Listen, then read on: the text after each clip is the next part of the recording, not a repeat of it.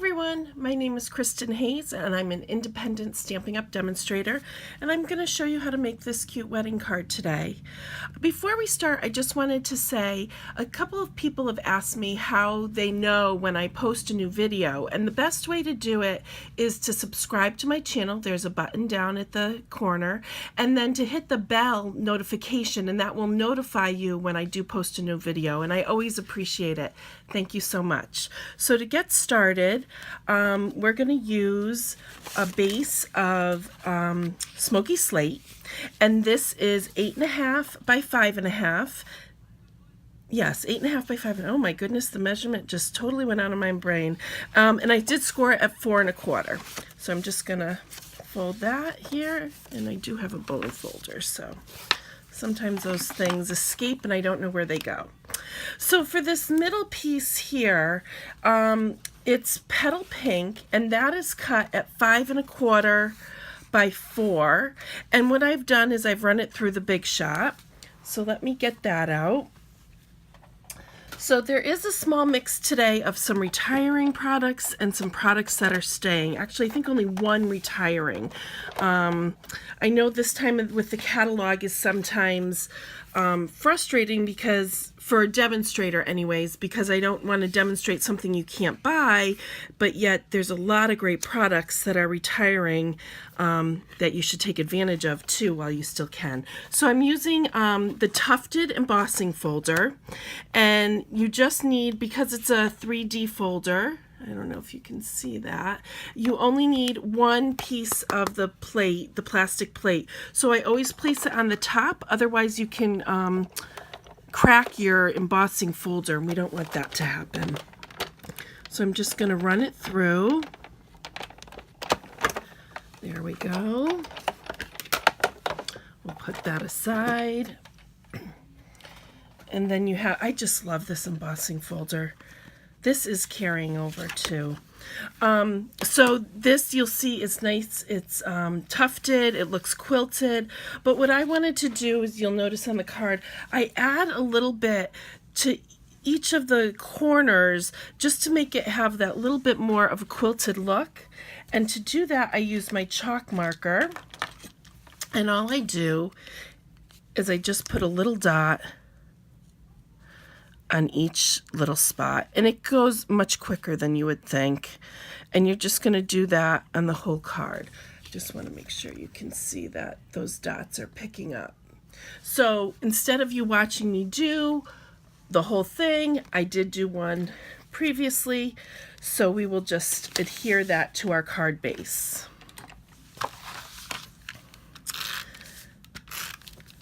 It goes pretty quickly, but I didn't want you to be bored just watching me fill in dots either. So we're going to just adhere that to our base, and then we're going to move on with some stamping. So the next piece we're going to do is we're going to do this wedding. Here's to a great wedding and an even better life together.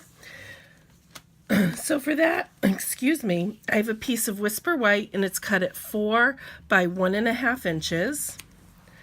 Now this stamp set is the Better Together stamp set. This is retiring, and I love it. I use this with Sympathy all the time. I'm going to miss this set, but I'm always looking forward to the new sets that come out as well. But if you don't have that set, you might want to consider picking it up before it's gone. So this is the basic gray stamp pad, and we're just going to ink up our stamp and just center that right in the middle. I give it a little push, but not too much, because of the red rubber can shadow sometimes, as you can see around the edges. But we got a good stamp today. Good, good. So I'm just going to fold that up, and I'm just going to adhere that so I don't lose my pieces. A lot of times when I'm working, I don't like to put my card together until I have all of the pieces together, but sometimes when I'm filming, it's easier to just place them as I go so I don't lose them. So for the circle pieces, all I did was I used a framelit, a circle framelit for smoky slate, and then I used the 2.25 inch punch for the Whisper White. So those go over here. Put those two together. some of the circle punches are retiring as well, so if you would like them, better sooner than later, because those tend to sell out. The stamps they tend to keep till the end of the retirement period. Okay, so now we need to make this cake, and I love, love, love this set. It's called Piece of Cake. Has a bunch of different cakes, bunch of different sentiments on it, and we're going to use this floral one. No, I'm sorry, this floral one today. Actually, we could have used either one. They're both beautiful. We're going to use this floral one today. So I just have a piece of scrap white, and I'm going to ink it up and just stamp here in the corner because we're going to punch it out. Beautiful. And then I do have the base, which we're also going to stamp, and I'm just going to do that in the other corner so it doesn't, so we don't punch out the wrong piece. So then we do have a punch to make this easier. No fussy cutting. I don't like fussy cutting. So you've got the cake top and the stand both in the same punch. So we're just going to open that up. Whoops, I've got a piece from another project I did in there still. Okay, so we're going to line it up like so. See what I mean about punching the other piece? So you could line it up and get it all together and do it in one shot, but I just prefer doing it twice. Just going to line that up, and then we've got our two pieces to color in. All right, and the cake builder punch and the piece of cake set are both continuing into the new catalog. So I know sometimes if you're debating about two different sets, it's nice to know what one you can buy later and what one you really need to purchase sooner. So I'm just going to use the Petal Pink Stampin' Right marker, and I'm just going to color in these flowers. Like so. Goes pretty quickly. Get this one. I think actually I'm going to use this other end on this. Yeah, that's a little bit better. There we go. And then I'm just going to touch this one up a little bit. And then for the dots, though, I do need to use this journaling end. Otherwise, I'm too sloppy with it just to get these colored. And you can barely see them colored, but it's there. You know it's there. And it just coordinates nicely. We'll just do this bottom one. Coloring these in. This, I posted this on my Instagram last week, I think, and it's gotten quite a few likes, so I thought it might be interesting to do as a video. Okay, and then I'm just going to color in right here, and again, I could have used the brush end on that, but it's quick and easy. So to do the gray on the stand, I did grab out my stamping blends. There's a little more room to color with this, and it just looks, I use it for the ribbon as well, so that way I didn't have all of my markers and Stampin' Blends flying around. So I'm just going to color that in, top and bottom, and I'm going to leave that middle part white, but you could certainly color it in if you wanted to. All right, so we're going to, those caps are hard to get on and off. We're going to pop this up on dimensionals. These are minis. Let's see where my main dimensionals are. Here we go. We'll just grab a new sheet. So we're going to just, I just use 2 on each. You probably don't even need 2. Just kitty corner them. And on this one, actually I think the minis are better for this one. They fit in those nice spaces very nicely. You just put it on crooked, that's all. We'll fix it so it doesn't show. And then 2 here. All right, so I'm going to just flip those covers off. Line it up like that. And then we just have the cake to put on. Like so. Alrighty.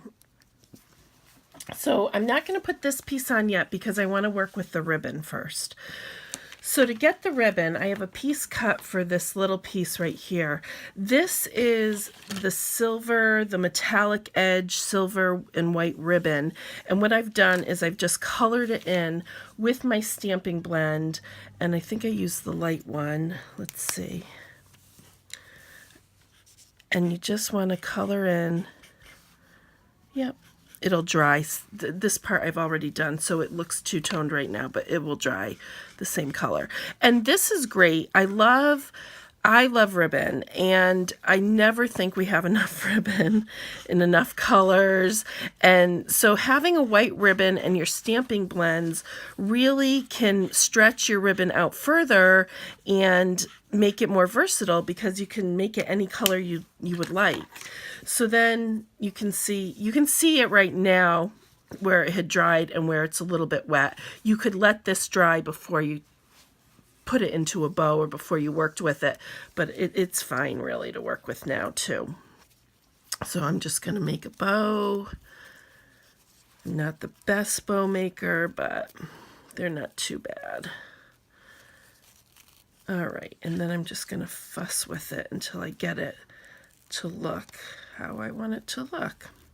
Not too bad. That was fairly quick today. And we're just going to trim it up. All right. So then all we're going to do is with this piece, I use some glue dots. And let's see, here we go. Paper piercer, I use this constantly, and this is retiring as well. But the new pick tool, oh my goodness, now I can't think of the name of it. But that works really well too. I'm just not as used to it as I am used to this tool. So all I did was I put that on my paper, I used some glue dots to anchor it, and then I come back across to give it a fold. And the glue dots will hold it in place. So it's a little bit longer than on the sample, but you could do it however short or long you would like it. So we're going to put some dimensionals on our cake here on the base. And just put that on like this. And then we're going to take our bow and we're going to take a glue dot. And we're just going to glue it right here. And we're all set. So there's our card. And here's the original. And I hope you enjoyed this video. My links will be down below if you wish to purchase anything. And if you're not already working with a Stampin' Up! Demonstrator, I'd love a chance to work with you. Thanks so much for watching.